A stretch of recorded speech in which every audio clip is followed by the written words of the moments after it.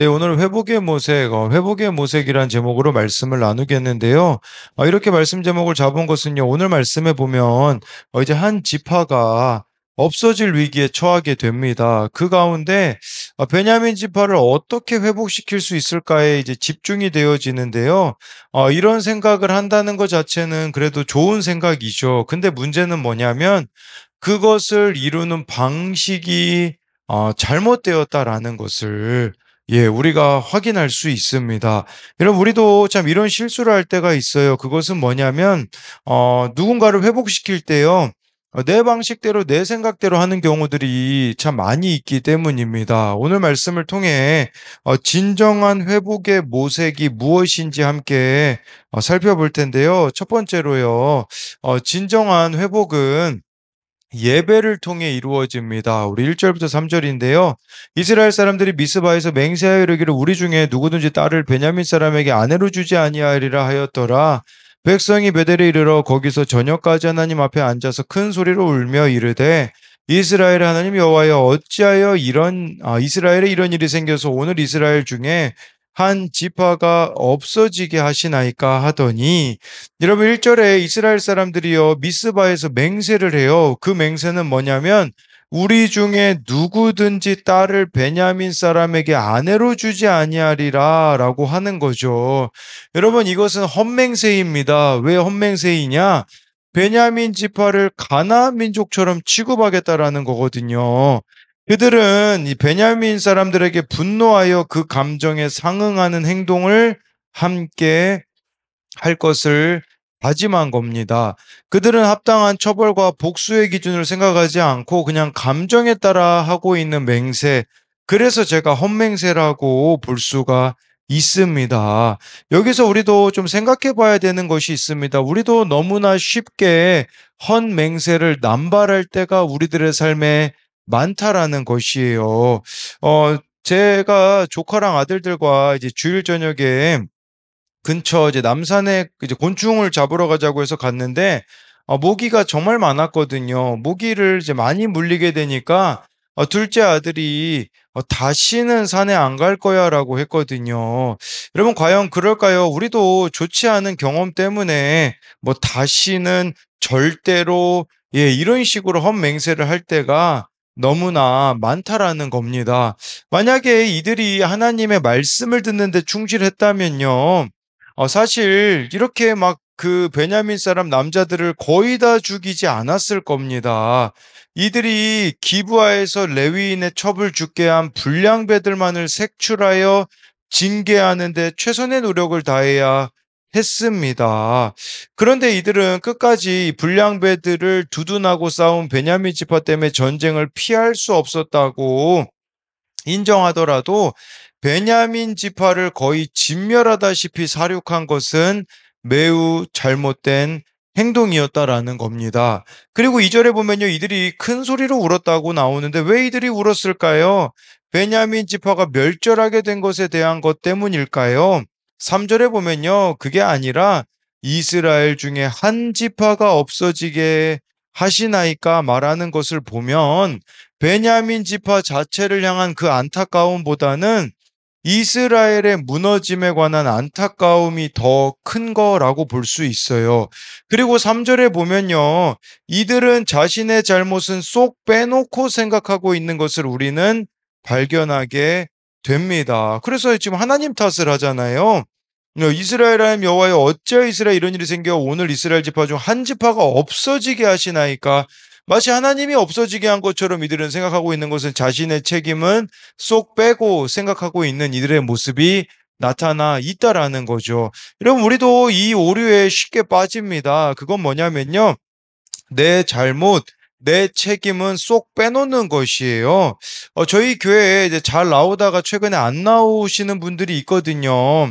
여기서 변명과 남 탓을 저는 할 수 있어요. 그런데 그 가운데 제가 남 탓을 할 수 없는 이유가 있더라고요. 뭐냐면 그 성도님들을 진작에 새신자 교육을 하고 말씀으로 양육을 했다면 이런 일이 없었을 텐데 내가 하지 못하여서 이런 일이 있구나라고 생각을 하게 되어지니까 이런 오류로부터 자유하게 되어지더라고요. 여러분 우리도요 그 가운데 어떤 일이 있을 때요. 거기에 내 책임 또 내가 하지 않았던 것에 대해서 여러분들이 하나라도 생각해 보게 되어진다면 이렇게 하나님에 대한 원망으로 가지 않을 수 있다라는 것을 말씀을 드리는 겁니다. 4절부터 6절을 보면요. 이튿날에 백성이 일찍 일어나 거기에 한 제단을 쌓고 번제와 화목제를 드렸더라. 이스라엘 자손 이르되 이스라엘 온 지파 중에 총회와 함께하여 여호와 앞에 올라오지 아니한 자가 누구냐 하니 이는 그들이 크게 맹세하기를 미스바에 와서 여호와 앞에 이르지 아니한 자는 반드시 죽일 것이라 하였음이라. 이스라엘 자손이 그들의 형제 베냐민을 위하여 뉘우쳐 이르되 오늘 이스라엘 중에 한 지파가 끊어졌도다. 4절에 보니까요. 이튿날 백성이 일찍 일어나 제단을 쌓고 번제와 화목제 즉 예배를 드렸다라고 합니다. 5절에 대해서는 제가 이대지에서 설명을 드리고요. 예배 드린 후에 이들이 변화가 일어나요. 6절에 보면 그 변화가 나오거든요. 뭐라고 말합니까? 이스라엘 자손이 그들의 형제 베냐민을 위하여 예배 드리니까요. 베냐민을 형제로 인식하게 되었다라는 것이에요. 여러분 이게 바로 예배의 능력이라고 볼 수가 있어요. 그러니까 이들이 예배를 드리니까 베냐민이 형제로 보인 거죠. 쉽게 말씀드리면 베냐민 사람들이 불쌍하게 여겨졌다라는 것이에요. 그러니까 우리가 참 필요 이상의 폭력을 사용하였구나. 이제 그것을 이들이 깨닫게 되었다라는 거죠. 여러분 우리가 예배 드리잖아요. 예배가 온전하게 드려지면 6절에요. 그 애들의 형제 베냐민을 위하여 뉘우쳐가 되는 것이에요. 우리도 이 뉘우침이 있는가? 어떤 형제에 대한 자매에 대한 나의 태도에 대한 뉘우침이 없다면 여러분 우리가 진정한 예배를 드리고 있지 않기 때문에 누군가를 향하여 뉘우침이 일어나고 있지 않다라는 것을 보아야 되는 거예요. 여러분 진정한 예배는요. 주변 환경을 바꾸어 놓기보다 이처럼 예배자의 마음과 생각을 바꾸는 힘이 있습니다. 그래서 우리들에게는 두 가지 예배가 늘 있어야 돼요. 하나는 개인 예배죠. 이 개인 예배는 뭡니까? 날마다 말씀과 기도로 살아가는 거. 또 우리가 공동체 예배는 뭐 말하지 않아도 여러분들이 알겠죠. 이 두 가지 예배가 우리들 가운데 있으면요. 새로운 방향을 모색하게 되어집니다. 이 부분에 대해서는요, 그 청년용 큐티인 후회가 아닌 회개로에 보면 이게 잘 나와 있는데, 그 묵상 간증에 보면요. 이 청년은 불과 3년 전만 해도 술을 굉장히 좋아했다고 해요. 주일엔 교회 사역에 열심을 내지만 주중에는 만취할 때까지 마셨고요. 다음 날이면 어김없이 후회하며 어려서부터 술에 노출되었던 가정 환경을 탓했다고 합니다. 여러분 우리가 얼마나 탓합니까? 하나님 탓, 남 탓 너무 많이 하죠. 근데 거기 이런 고백이 나오더라고요. 그러던 어느 주일 설교에서 사울아 사울아 내가 어찌하여 나를 박해하느냐 가시채를 뒷발질하기가 내게 고생이니라는 말씀을 듣고 술을 마신 뒤 후회하고 눌리기를 반복하는 제 모습이 이와 같음을 깨달았습니다. 그리고 이것이 예수님을 박해하는 죄라는 생각이 들었습니다. 그러나 오늘 본문의 이스라엘 백성이 자신들의 성급한 전쟁을 후회했지만 참된 회개로 나아가지 못했던 것처럼 저도 온전한 회개가 되지 않으니 술을 끊지 못했습니다. 그 뒤에 이렇게 나오더라고요. 그러자 하나님은 한 지체의 입술을 통해 제게 술이든 담배든 도박이든 그 행위로 다른 이들을 실족하게 한다면 그것만으로도 죄라고 말씀해 주셨습니다. 그동안 믿지 않은 친구들이 교회 다니는 사람 중에 너처럼 술 좋아하는 사람 처음 봤다라고 하던 말들에 아무렇지 않게 웃어 넘겼던 제가 그들을 실족시키는 자였음을 깨닫고 눈물로 회개했습니다. 그리고 저는 하나님의 은혜로 술을 끊을 수 있었습니다. 여러분, 회개가 무엇일까요? 보지 못했던 것을 보는 겁니다. 죄에 대해 무감각했던 것에 대한 감각이 깨어나는 거예요. 또 여러분, 회개라는 것은요, 무관심했던 자들에 대한 감각이 깨어나는 것이에요. 이것은 예배를 통해서 이루어지기 때문에 우리가 예배를 가볍게 여겨서는 안 된다는 것입니다. 그래서 이것에 대한 두 가지 적용도요. 내가 절대로 다시는 이라는 말을 써가며 하는 헌 맹세는 무엇입니까? 또 한 가지는요. 예배를 통해 죄에 대한, 영혼에 대한 무감각이 깨어난 적이 있습니까? 정말 이스라엘 열한 지파가 예배를 드리니 형제 베냐민이라고 이렇게 말하면서 그들이 태도가 좀 바뀌어지는 부분들이 있기 때문에 그것으로 만든 적용 질문입니다. 두 번째로는요, 여러분, 진정한 회복은 하나님의 뜻을 따를 때 일어납니다. 5절인데요. 이스라엘 자손이 이르되 이스라엘 온 지파 중에 총회와 함께하여 여호와 앞에 올라오지 아니한 자가 누구냐 하니 이는 그들이 크게 맹세하기를 미스바에 와서 여호와 앞에 이르지 아니한 자는 반드시 죽일 것이라 하였음이라. 이스라엘 자손이 예배를 드리고 베냐민 자손에 대해 바뀐 태도와 생각은 좋았지만, 그렇지만 이들이 대안을 찾아가는 방식은요, 여전히 힘의 원리를 따라가고 있다라는 것을 볼 수 있어요. 그래서 지금 이 열한 지파가 모였는데 여기에 함께하지 아니한 지파, 도대체 어떤 지파냐? 그 지파도요, 반드시 죽일 것이라고 이들이 말하고 있는 거죠. 그때 어떤 일이 벌어지냐면 8절 9절을 보면 나오는데요. 또 이르되 이스라엘 지파 중 미스바에 올라와서 여호와께 이르지 아니한 자가 누구냐 하고 본즉 야베스 길르앗에서는 한 사람도 진영에 이르러 총회에 참여하지 아니하였으니 백성을 계수할 때에 야베스 길르앗 주민이 하나도 거기 없음을 보았음이라.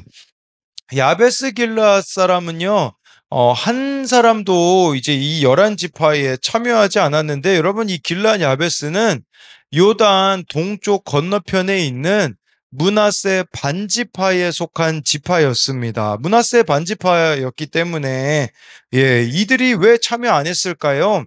이들은 자신들의 아니란만 생각했기 때문에 공동체 의식이 없었던 것으로 보입니다. 여러분, 우리도 길르앗 야베스일 수 있습니다. 네. 이것을 우리가 한번 생각해 봐야 되는 거죠. 그런데 이때라도 이스라엘 연합된 지파들은 공동체가 온전히 회복되기를 원한다면 인간의 생각이 아닌 하나님의 뜻과 방법을 구해야 했다라는 것이죠. 저는 이 모습을 보면서 제가 자주 실패하고 있는 부분이 좀 무엇인지를 발견할 수 있었습니다. 저도 예배 가운데, 말씀 묵상 가운데 누군가에 대한 긍휼함이 생깁니다. 그런데 저의 문제는 이 긍휼함 때문에 공동체 가운데 정한 원칙이나 이런 것들을 어길 때가 있어요. 왜 그럴까 생각해 보니까 저는 여전히 제 방식대로만 사랑을 하려고 하며 그 방식은 주로 상대방의 필요만을 채워주는 것을 기뻐하는 것이었어요. 그런데 제가 어제 말씀을 통해 발견하게 된 것은요, 상대방에 대한 필요만을 채워줄 것이 아니라 그들이 스스로 말씀 앞에 서게 하는 것이 제가 해야 하는 일임을 다시금 떠올리게 되더라고요. 그래서 어제 여러분, 이렇게 참 놀라운 건 뭐냐면 깨달으면 그 깨달음을 실현할 수 있는 기회를 하나님이 주시더라고요. 어제 어느 청년이 정말 이렇게 죽고 싶다고 해가지고 제가 8시에, 밤 8시에 교회로 오라고 해가지고 그 청년에게 이제 이야기를 들어주고, 예전에는요, 그냥 이야기 들어주고 인간적인 위로만 해줬을 건데, 어제는 그날 말씀으로 이렇게 이야기해 줄 수 있었어요. 그것은 뭐였었냐면, 베냐민 지파에 600명의 사람이 남지 않았냐고, 너에게도 좀 남은 것들을 좀 볼 수 있었으면 좋겠다라고 이렇게 이야기를 해주면서 그 청년이 바른 관점을 좀 가질 수 있도록 이렇게 도와주었거든요. 여러분, 우리가 또 이 8절 9절에서 한 번 더 생각해 봐야 되는 것은, 여러분이 길르앗 야베스 주민이 아닌가 돌아봐야 돼요. 내 자신이 길르앗 야베스 주민이 아닌지는 교회 공동체에 대하여서 무관심하다면 알 수 있습니다. 무엇이 여러분들로 하여금 교회 공동체에 대하여 무관심하게 만듭니까? 내 일에는 참 분주해요. 근데 하나님의 일에 대하여서는 있잖아요, 다른 사람이 하겠지, 또는 또 기회가 있겠지, 이런 식으로 우리가 지금 전쟁을 같이 치러야 되는데 안 치르려고 하고 있다면, 우리 8월 14일부터 16일 전쟁 치러야 되잖아요. 함께 여러분들이 기도하면서 이 수련회를 위해서 나아가야 되는데, 마치 누군가는 기도하니까 누군가는 금식하니까 그런 식의 태도로 나아가서는 안 된다라는 것이에요. 10절부터 이제 12절을 마지막으로 보면요. 회중이 큰 용사 12,000명을 그리로 보내며 그들에게 명령하여 이르되 가서 야베스 길르앗 주민과 부녀와 어린아이를 칼날로 치라. 너희가 행할 일은 모든 남자 및 남자와 잔 여자를 진멸하여 바칠 것이니라 하였더라.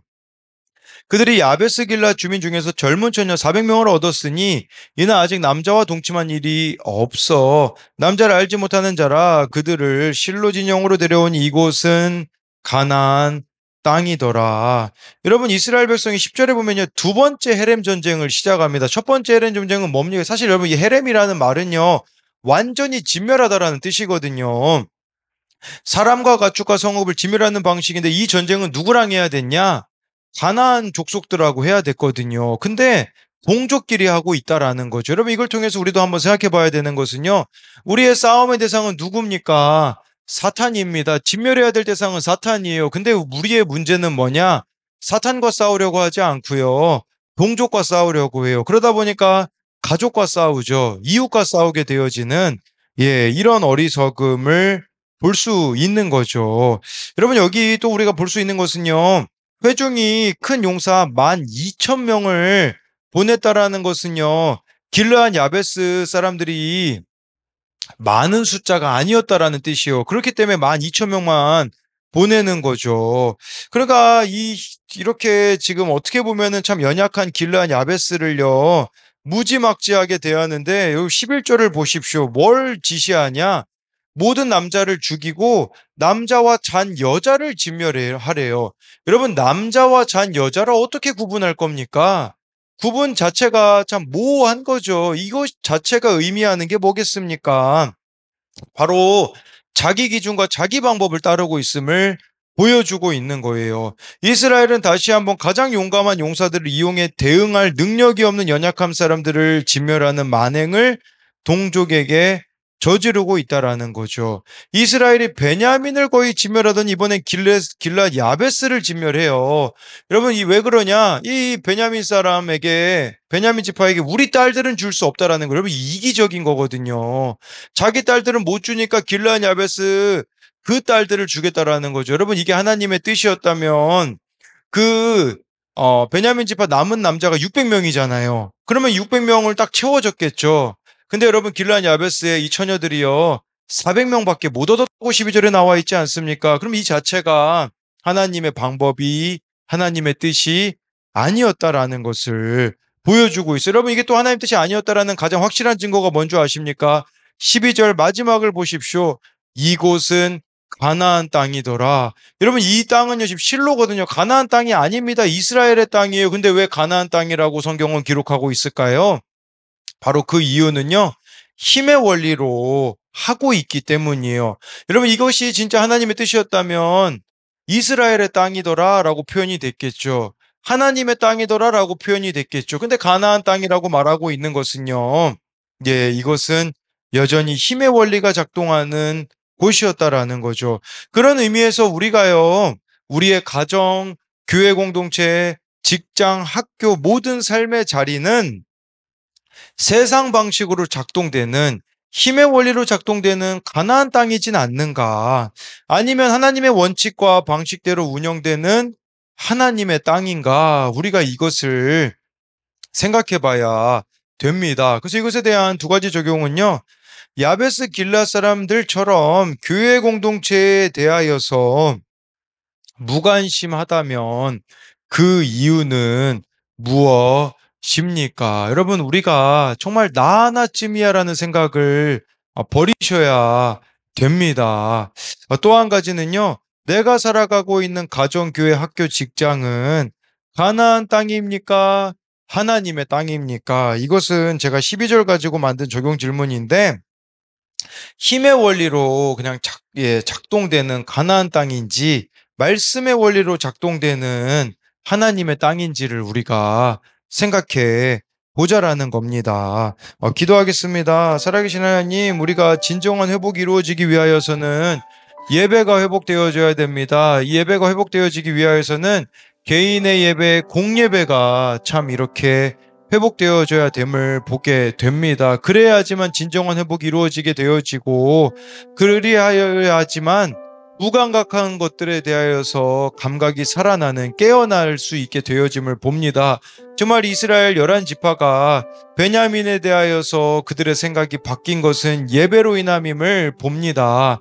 그렇지만 그럼에도 불구하고 이들이 자신의 방법들을 이렇게 선택하기 때문에 길르앗 야베스 주민들을 또 이렇게 죽이러 진멸하려 가고 있는 이런 모습이 우리들의 모습이 되지 않을 수 있도록 방법과 절차와 원칙을 참 하나님의 방식으로 잘 지켜갈 수 있는 우리들이 되게 하여 주시고, 이들에 대하여 하나님이 내리시는 평가는 가나안 땅이라고 한 것을 봅니다. 우리들의 인생을 볼 때 하나님이 가나안 땅이라고, 정말 세상 방식으로 이렇게 살아가는 가나안 땅이 되어지지 않을 수 있도록 하나님의 땅이 되어지기 원합니다. 그리하여서 우리의 가정이, 우리의 교회가, 학교와 직장, 그 삶의 자리 가운데 말씀의 원칙이 작동되어지는 하나님의 땅이 되어서 그곳 가운데 하나님이 이루고자 하시는 하나님의 뜻이, 하나님의 그 회복이 진정으로 이루어지게 하여 주실 것을 믿으며 살아계신 예수님 이름으로 기도드립니다. 아멘.